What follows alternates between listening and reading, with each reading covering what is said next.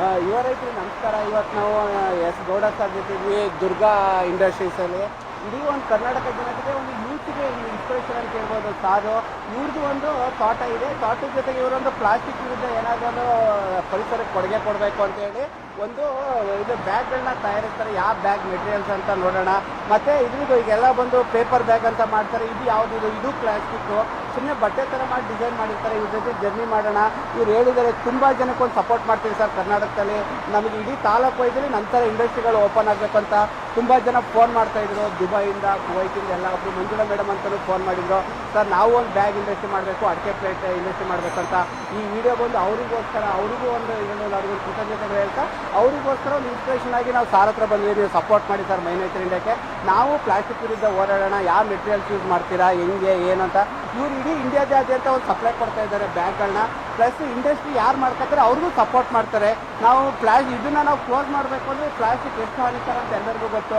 ಇದು ರೈತನ ಜಮೀನಿಗೆ ಹಾಕಿದರೆ ಕರಗದೇ ಇಲ್ಲ ಮತ್ತು ನಿಮಗೆ ಬೆಳೆನೂ ಸರಿಯಾಗಿ ಬರೋಲ್ಲ.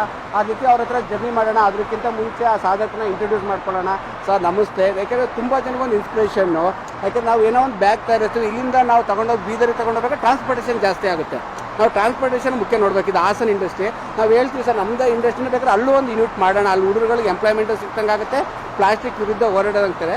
ನಿಮ್ದು ಸ್ವಲ್ಪ ಲೈಫ್ ಹಿಸ್ಟ್ರಿ ಹೇಳ್ತೀರಾ ತುಂಬ ಜನಕ್ಕೆ ಗೊತ್ತಾಗಲಿ ನೀವು ಯಾರು ಯಾಕೆ ನೀವು ರೈತರು ಮಕ್ಕಳೇ, ಜನಗಳಿಗೆ ಗೊತ್ತಾಗಬೇಕು ತುಂಬ ಜನರಿಗೆ. ನನ್ನ ಹೆಸರು ಗಂಗಣ್ಣಗೌಡ ಅಂತ ಹೇಳಿ. ನಾನು ಈಗಾಗಲೇ ರಾಜಕೀಯ ವಲಯಗಳಲ್ಲಿ ಭಾಳ ಚೆನ್ನಾಗಿ ಚಿರಪರಿಚಿತನಾದಂಥ ಮನುಷ್ಯ. ಸಾಲದಕ್ಕೆ ಕೂಡ ನಾನು ರೈತಾಪಿ ವರ್ಗದವನು ಕೂಡ ಹೌದು. ಈಗಾಗಲೇ ನಾವು ಪ್ಲಾಸ್ಟಿಕ್ ವಿರುದ್ಧ ಅಲೆ ಎದ್ದು ಏನು ಇವತ್ತು ಪ್ಲಾಸ್ಟಿಕ್ ನಡೆದು ಪರಿಸರಕ್ಕೆ ಹಾನಿ ಆಗ್ತಾ ಇದೆ, ಈ ಪರಿಸರದ ಹಾನಿಯನ್ನು ನಿಲ್ಲಿಸಬೇಕು ಅಂತೇಳಿ ಈ ಒಂದು ಹೊಸ ಹೋರಾಟವನ್ನು ಮಾಡ್ತಾ ಇದ್ದೇವೆ.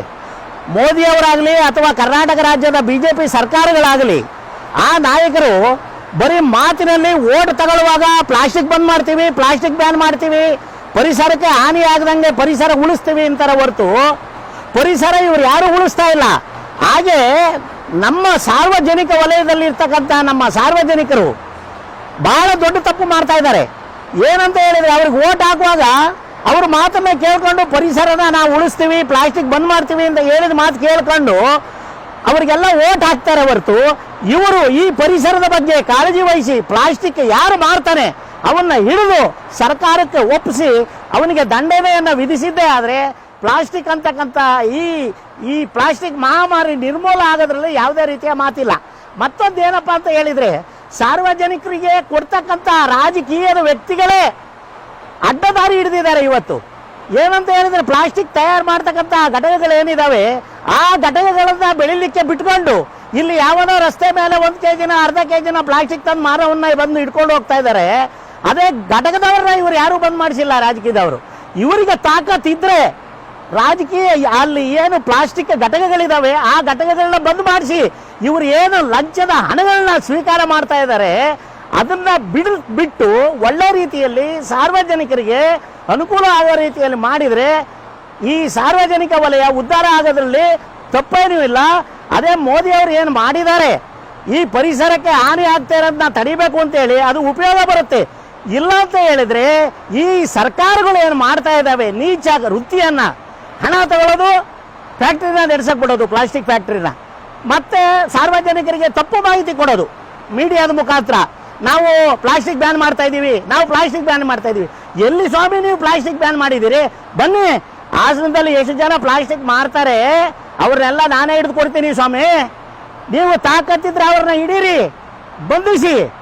ಈಗ ಇವತ್ತು ನಾವು ನಾನೋವನ್ ಅಂತಕ್ಕಂಥ ಈ ಒಂದು ಬ್ಯಾಗನ್ನು ತಯಾರು ಮಾಡ್ತಾ ಇದ್ದೀವಿ.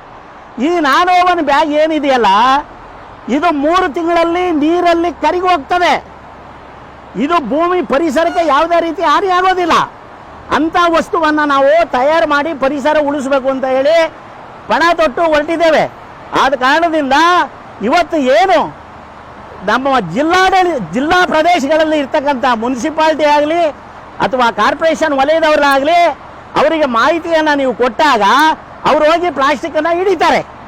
ಪ್ಲಾಸ್ಟಿಕ್ ಹಿಡಿದು ಪ್ಲಾಸ್ಟಿಕ್ ಅಂಗಡಿಯವ್ರನ್ನ ಎದುರುಗಡೆ ಸಾರ್ವಜನಿಕರ ಎದುರಿಗೆ ಬೈತಾರೆ. ಆಮೇಲೆ ಅದೇ ಪ್ಲಾಸ್ಟಿಕ್ನ ಲಂಚ ತಗೊಂಡು ವಾಪಸ್ ಅವನಿಗೆ ಕೊಡ್ತಾರೆ. ಆಗ ಅವನೇನು ಮಾಡಬೇಕು? ಅವನು ತಗೊಂಡೋಗಿ ಹಣ್ಣು ಮಾರೋನೋ ತರಕಾರಿ ಮಾಡೋನೋ ಅಥವಾ ಬಟ್ಟೆ ಬ್ಯಾಗ್ ಮಾರೋನೋ ಅಂಗಡಿಗೆ ಮಾರ್ತಾನೆ. ಆಗ ಏನಾಗುತ್ತೆ ಹೇಳಿ, ನೀವು ಸರ್ಕಾರ ಅವ್ರ ಆದೇಶ ಮಾಡಿದ್ದು ನೀರಲ್ಲಿ ಹೋಮ ಮಾಡಿದಂಗೆ ಆಗ್ತದೆ, ಗೊಚ್ಚೆಲು ಹೋಮ ಮಾಡಿದಂಗೆ ಆಗುತ್ತೆ. ಅದರಿಂದ ದಯವಿಟ್ಟು ತಿಳ್ಕೊಂಡು ನೀವು ಮಾಡೋ ಕೆಲಸ ಕರೆಕ್ಟಾಗಿರಲಿ. ಆಡಳಿತ ಏನಿದಾವಲ್ಲ, ಈ ಆಡಳಿತ ಕಚೇರಿಗಳು ಇವ್ರ ಮೇಲೆ ಮೊದಲು ಆಕ್ಷನ್ ತಗೊಳ್ಳಿ ಸ್ವಾಮಿ. ನೀವು ಮುನ್ಸಿಪಾಲ್ಟಿ ಅವರು ಏನು ಮಾಡ್ತಾ ಇದ್ದಾರಲ್ಲ ಇವತ್ತು, ಕಾರ್ಪೊರೇಷನ್ ಅವರು ಮುನ್ಸಿಪಾಲ್ಟಿ ಅವರು ಅವ್ರಿಗೆ ಅಧಿಕಾರ ಕೊಟ್ಟಿದ್ದೀರಲ್ವ ನೀವು ಪ್ಲಾಸ್ಟಿಕ್ಕನ್ನು ಬ್ಯಾನ್ ಮಾಡೋದ್ರ ಸಲುವಾಗಿ ಹಿಡಿಯೋಕ್ಕೆ. ಅವ್ರು ಯಾಕೆ ಸ್ವಾಮಿ ಹಿಡಿತಾ ಇಲ್ಲ? ಇವತ್ತು ಹಾಸನ ಜಿಲ್ಲೆಯಾದ್ಯಂತ ಎಲ್ಲಿ ನೋಡಿದ್ರು ಪ್ಲಾಸ್ಟಿಕ್ ನಡೀತಾ ಇದೆ, ಹಳ್ಳಿ ಹಳ್ಳಿಲಿ ಪ್ಲಾಸ್ಟಿಕ್ ನಡೀತಾ ಇದೆ, ತಾಲೂಕು ಪ್ರದೇಶದಲ್ಲಿ ನಡೀತಾ ಇದೆ, ಹೋಬಳಿ ವ್ಯಾಪ್ತಿ ನಡೀತಾ ಇದೆ. ಇದಕ್ಕೆಲ್ಲ ಅವಕಾಶ ಕೊಟ್ಟಿರ್ತಕ್ಕಂಥದ್ದು ನೀವು ಆಡಳಿತ ಮಾಡ್ತಾ ಇರ್ತಕ್ಕಂತಹ ಬಿಜೆಪಿ ಸರ್ಕಾರದ ನಾಯಕರುಗಳು, ನೀಚ ನಾಯಕರುಗಳ ನೀವು ಅಂತ ಹೇಳ್ಬೋದು. ಯಾಕೆಂದ್ರೆ ಓಟ್ ಹಾಕಿರೋದು ನಮ್ಮ ತಪ್ಪು ಸ್ವಾಮಿ. ಓಟ್ ಹಾಕೊಂಡು ನಿಮ್ಮಿಂದ ಮಾತುಗಳು ಕೇಳ್ತಕ್ಕಂಥದ್ದು ಬಂದಿದೆ, ಬರೀ ಆಶ್ವಾಸನೆ ಮಾತ್ರ ನಿಮ್ಮ ಹತ್ರ ಉಳಿದಿದೆ. ಆದ ಕಾರಣದಿಂದ ದಯವಿಟ್ಟು ಈ ಸಾರ್ವಜನಿಕರಿಗೆ ಆಗ್ತಾ ಇರ್ತಕ್ಕಂಥ ತೊಂದರೆಯನ್ನು ತಪ್ಪಿಸಿ ಮುಂದೆ ಹಾನಿ ಆಗ್ತಕ್ಕಂಥ ಪರಿಸರವನ್ನು ಉಳಿಸಿ ಸ್ವಾಮಿ. ನಿಮ್ಮ ಹತ್ರ ಕೈ ಮುಕ್ಕೊಂಡು ನಾವು ಕೇಳಬೇಕಾಗಿದೆಯಲ್ಲ ಸ್ವಾಮಿ, ಇದು ಯಾವ ನಮ್ಮ ಕೆಟ್ಟ ಗ್ರಾಚಾರ? ಈ ಗ್ರಾಚಾರನ ಯಾರು ಸ್ವಾಮಿ ನಮಗೆ ಕೊಟ್ಟರು? ಯಾಕೆ ಸ್ವಾಮಿ ಇಂಥ ಸರ್ಕಾರಗಳು ಆಡಳಿತ ಮಾಡ್ತೀರಿ? ದಯವಿಟ್ಟು ಆಗಲಿಲ್ಲ ಅಂದ್ರೆ ಹೋಗ್ಬಿಡಿ ಸ್ವಾಮಿ. ಯಾವನಾರು ತಾಕತ್ತಿರೋನು ಬಂದು ಸರ್ಕಾರ ಆಡಳಿತ ಮಾಡಿಕೊಂಡು ಏನು ಪರಿಸರಕ್ಕೆ ಹಾನಿ ಆಗ್ತದೆ ಈ ಪರಿಸರದಾರು ಉಳಿಸಿ ನಮ್ಮಂತಹ ವಿದ್ಯಾವಂತ ಕೆಲಸಗಾರರು ಏನು ಕೆಲಸವನ್ನು ಮಾಡ್ತಾ ಇದ್ದೇವೆ ಅವರಿಗೆಲ್ಲ ಅನುಕೂಲ ಮಾಡಿಕೊಡ್ತಾರೆ ಸ್ವಾಮಿ. ದಯವಿಟ್ಟು ನಿಮ್ಮಲ್ಲಿ ಕೆಳಗಡೆ ಮಾಡ್ಕೋತೀನಿ. ಈ ಮುನ್ಸಿಪಾಲ್ಟಿ, ನಗರಸಭೆ, ನಗರಾಭಿವೃದ್ಧಿಗಳು ಇವೇನೇನಿದ್ದಾವೆ ಇವ್ರನ್ನೆಲ್ಲ ಸ್ವಾಮಿ ಅಧಿಕಾರಿಗಳನ್ನ ಕಟ್ಟಾಕಿ ನೀವು ಕ್ರಮ ತಗೊಂಡ್ರೆ ಬಹಳ ಒಳ್ಳೆಯದು. ಇಲ್ಲ ಅಂತ ಹೇಳಿದ್ರೆ ಪರಿಸರ ಸರ್ವನಾಶ ಆಗೋದ್ರಲ್ಲಿ ಎರಡೇ ಮಾತೇ ಇಲ್ಲ.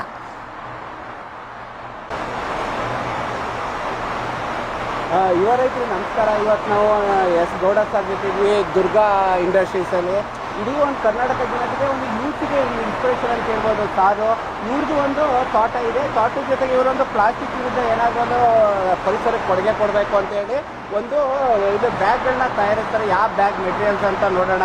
ಮತ್ತು ಇದ್ರದ್ದು ಈಗೆಲ್ಲ ಬಂದು ಪೇಪರ್ ಬ್ಯಾಗ್ ಅಂತ ಮಾಡ್ತಾರೆ. ಇದು ಯಾವುದಿದು? ಇದು ಪ್ಲಾಸ್ಟಿಕ್ಕು. ಸುಮ್ಮನೆ ಬಟ್ಟೆ ಥರ ಮಾಡಿ ಡಿಸೈನ್ ಮಾಡಿರ್ತಾರೆ. ಇವ್ರ ಜೊತೆ ಜರ್ನಿ ಮಾಡೋಣ.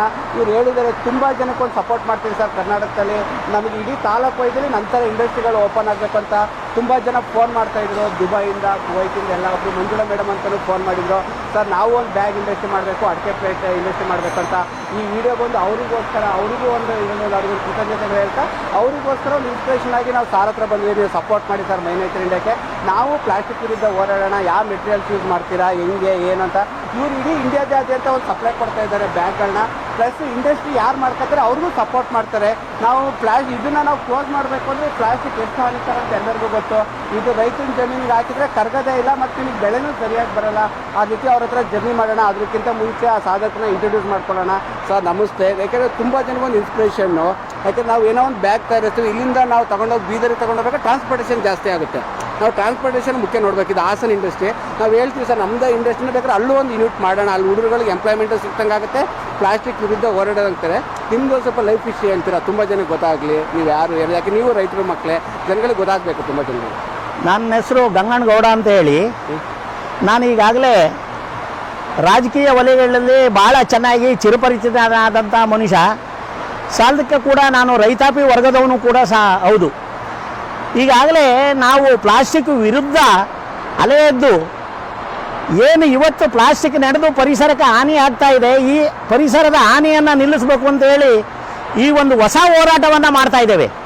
ಮೋದಿಯವರಾಗಲಿ ಅಥವಾ ಕರ್ನಾಟಕ ರಾಜ್ಯದ BJP ಸರ್ಕಾರಗಳಾಗಲಿ ಆ ನಾಯಕರು ಬರೀ ಮಾತಿನಲ್ಲಿ ಓಟ್ ತಗೊಳ್ಳುವಾಗ ಪ್ಲಾಸ್ಟಿಕ್ ಬಂದ್ ಮಾಡ್ತೀವಿ, ಪ್ಲಾಸ್ಟಿಕ್ ಬ್ಯಾನ್ ಮಾಡ್ತೀವಿ, ಪರಿಸರಕ್ಕೆ ಹಾನಿ ಆಗದಂಗೆ ಪರಿಸರ ಉಳಿಸ್ತೀವಿ ಅಂತಾರೆ ಹೊರತು ಪರಿಸರ ಇವರು ಯಾರು ಉಳಿಸ್ತಾ ಇಲ್ಲ.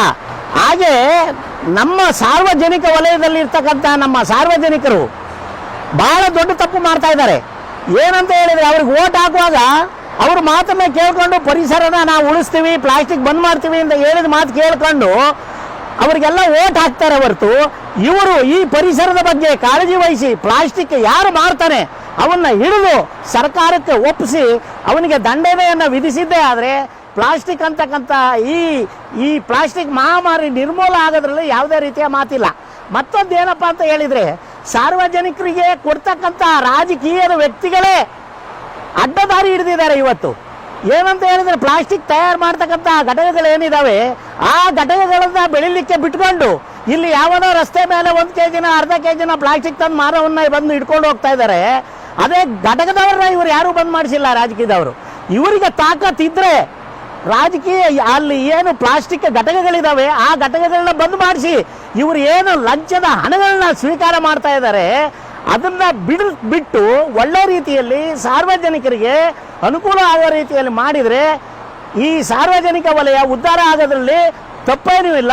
ಅದೇ ಮೋದಿಯವರು ಏನು ಮಾಡಿದ್ದಾರೆ ಈ ಪರಿಸರಕ್ಕೆ ಹಾನಿ ಆಗ್ತಾ ಇರೋದನ್ನ ತಡಿಬೇಕು ಅಂತೇಳಿ ಅದು ಉಪಯೋಗ ಬರುತ್ತೆ.